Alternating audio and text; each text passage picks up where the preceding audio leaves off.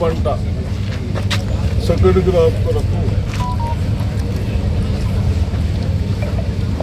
Lift irrigation start చేయమని ఇంజనీర్లకు request చేసిన తర్వాత ఇంజనీర్లు మాతో టైం తీసుకొని ఈ అభిప్రాయాల మేరకు అల్లీసాగర్ లిఫ్ట్ చేస్తే బాగుంటుంది ఈరోజు స్టార్ట్ చేసినాం. తప్పనిసరిగా గతంలో కాంగ్రెస్ ఉన్నప్పుడు మనకు నిజాం సాగర్కి వెళ్ళి నీళ్లు రాక ఇబ్బంది పడుతున్నప్పుడు, పంటలు పండించుకోలేక ఇబ్బంది అయినప్పుడు ఈ ఇబ్బందులను చూసి ఆ రోజు కాంగ్రెస్ ప్రభుత్వం రాజశేఖర రెడ్డి గారు ముఖ్యమంత్రిగా, నేను ఎమ్మెల్యేస్గా మంత్రిగా ఉన్నప్పుడు లిఫ్ట్ ఇరిగేషన్ స్టార్ట్ చేసాం. 3 ఫేజ్లో స్టార్ట్ చేసాం. కాబట్టి మొన్న కూడా మనకు ఒక పంట ఒక తడికి 1-2 టన్నులకు పోయినా చాలా కష్టమైనట్టు ఉన్నదాన్ని మనకు ఇబ్బంది అయింది. అటువంటిప్పుడు మీ అందరి దగ్గర బోర్లు ఉన్నాయి. ఆ బోర్లతోనే ఒక తడన్ని వస్తుందా లేదని అన్నీ చూపించాం. అంటే మేమంతా చేసినప్పుడు తప్పనిసరిగా మీ అందరూ బాధ్యతగా మన పంటలు మనం పండించుకునే విధంగా నీళ్ళని అవసరం ఉంటేనే వాడుకుంటూ, అవసరం లేనప్పుడు ఇంజనీర్లతో బంద్ చేయిస్తే మనకి ఈ పంట వస్తుంది. మళ్ళీ రెండో వర్షాకాలం కూడా నాటు పోసేటట్టు వీలు ఉంటుంది. అదేవిధంగా ఒక ఈఎన్సీ ఇరిగేషన్ ఆయన శ్రీరామ్ సాగర్ నీళ్లు మాకు అటు తీసుకుపోతాం, మీకు నిజాం సాగర్కి వెళ్ళి తీసుకోండి అని చెప్పడం జరిగింది. మొన్న ఉత్తమ్ కుమార్ రెడ్డి గారు వచ్చినప్పుడు నేను ఆ రోజు ఆయనకు బాగా కోపడించాను. ఇంజనీర్ నువ్వు అన్నీ ఏదో చెప్తా ఉన్నావు అని కోపడించాం.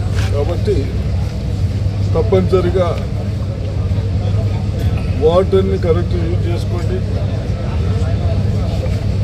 మళ్ళీ ఇదంతా శ్రీరామ్ సాగర్కి లాగుతున్నాం, మళ్ళీ శ్రీరామ్ సాగర్కి పోతాయి. అవి మీరు ఆలోచించుకోండి. అదేవిధంగా నేను మొన్న నుంచి బాగా తిరుగుతూ ఉన్నాం, స్టడీ చేస్తూ ఉన్నాం. మన భూములన్నీ ఒక వరితో బాగా అదైపోయినాయి.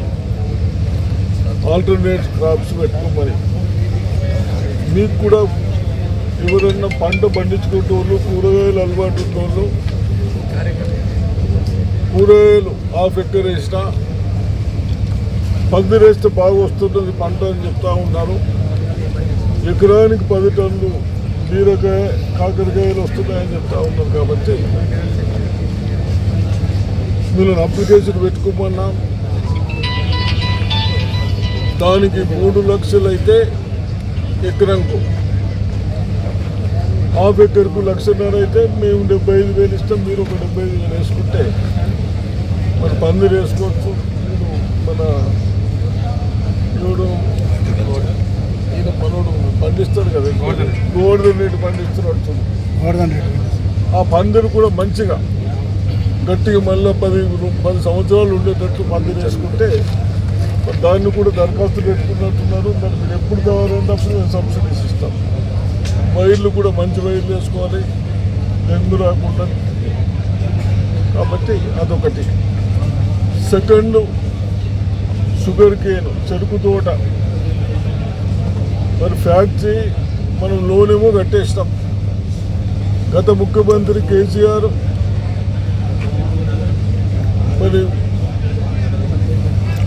ఫ్యాక్టరీ నడిచే ఫ్యాక్టరీ నడుపుతాము, గవర్నమెంట్ ప్రభుత్వం తీసుకుంటుందని చెప్పి ప్రభుత్వం తీసుకోక వాళ్ళు నడిపేటోళ్ళని కూడా నడపలి అనుకుంటే దాని మీద కేవలం 120 కోట్లది 380 కోట్లు అయింది. దాన్ని మనం బ్యాంకర్స్తో మాట్లాడి 200 కోట్లు లోన్ కూడా కట్టాం. దాన్ని బోధన్ షుగర్ ఫ్యాక్టరీ నడపడానికి గవర్నమెంట్ తయారున్నది, కానీ మీరు షుగర్ కేన్ పెట్టరా? పెడితే మేము అధికారులకు అడిగినాం, కన్సల్ట్ అధికారులకు అడిగితే 60 టన్నులు వస్తాయని గ్యారెంటీ ఇస్తూ ఉన్నారు. మరి ఒక టన్నుకు 3,000, 3,300 దాకా ఇస్తూ ఉన్నారు. కాబట్టి మీకు 2,20,000 పంట వస్తుంది 60 టన్నులు ఇస్తే. మరి దాన్ని కూడా తొందరగా ఆలోచించుకొని ఈ సంవత్సరం మీరు ఏమైనా ప్లాంటేషన్ చేస్తే నెక్స్ట్ ఇయర్ మనం షుగర్ ఫ్యాక్టరీ నడపడానికి కూడా ప్రభుత్వం ముందుకు వస్తుంది. నేను హెల్త్ మినిస్టర్గా ఉన్నప్పుడు మనకు మెడికల్ కాలేజ్ హాస్పిటల్ పెద్దదైతే డాక్టర్స్ ఎక్కువ వస్తే మన ప్రజలకు ఉపయోగపడుతుందనే ఉద్దేశంతో ఆనాడు మెడికల్ కాలేజ్ కట్టాం. 500 బెడ్ల హాస్పిటల్ కట్టి స్టార్ట్ చేశాం. డాక్టర్స్ కూడా తెలంగాణలో మన నిజామాబాద్లో చదువుకున్న వాళ్ళు సెకండ్ దాంట్లో వస్తూ ఉంది. కాబట్టి ఇంకా కొందరు డాక్టర్స్ తక్కువ ఉన్నారు, కొన్ని ఎక్విప్మెంట్స్ లేక ఇబ్బంది పడుతూ ఉన్నారు. కాబట్టి రేపు మెటర్నరీ వార్డ్ జనరల్గా ఈ మెటర్నరీ వార్డు సపరేట్గా ఉండాలి. కాబట్టి మెడికల్ కాలేజ్ ఉంటుంది. కాబట్టి దాన్ని ఈ ప్రభుత్వం లేక బాగా లేటు కట్టేసే దాన్ని ఇనాగ్రేషన్ చేయడానికి మన హెల్త్ మినిస్టర్ రాజ్నాథ్ సింగ్ గారు పొద్దుకు వస్తూ ఉన్నారు. కాబట్టి తప్పనిసరిగా అదేవిధంగా మన రేంజల్ హాస్పిటల్ కూడా ఇనాగ్రేషన్ చేసుకొని మనకు బోధనలు ఎక్కడైతే డాక్టర్స్ తక్కున్నారో ఆయన తీసుకొచ్చి ఆయనకు రిప్రజెంటేషన్ చేసి బోధన కానీ, నిజామాబాద్ కానీ, ఆర్మూర్ కానీ వేరే హాస్పిటల్స్లో డాక్టర్లు 4 గంటలకు మీటింగ్ పెట్టుకుంటాం. కలెక్టర్లు, డాక్టర్లు మేము మీటింగ్లో ఏదైతే అవసరాలు ఉంటాయో అవసరం తప్పనిసరిగా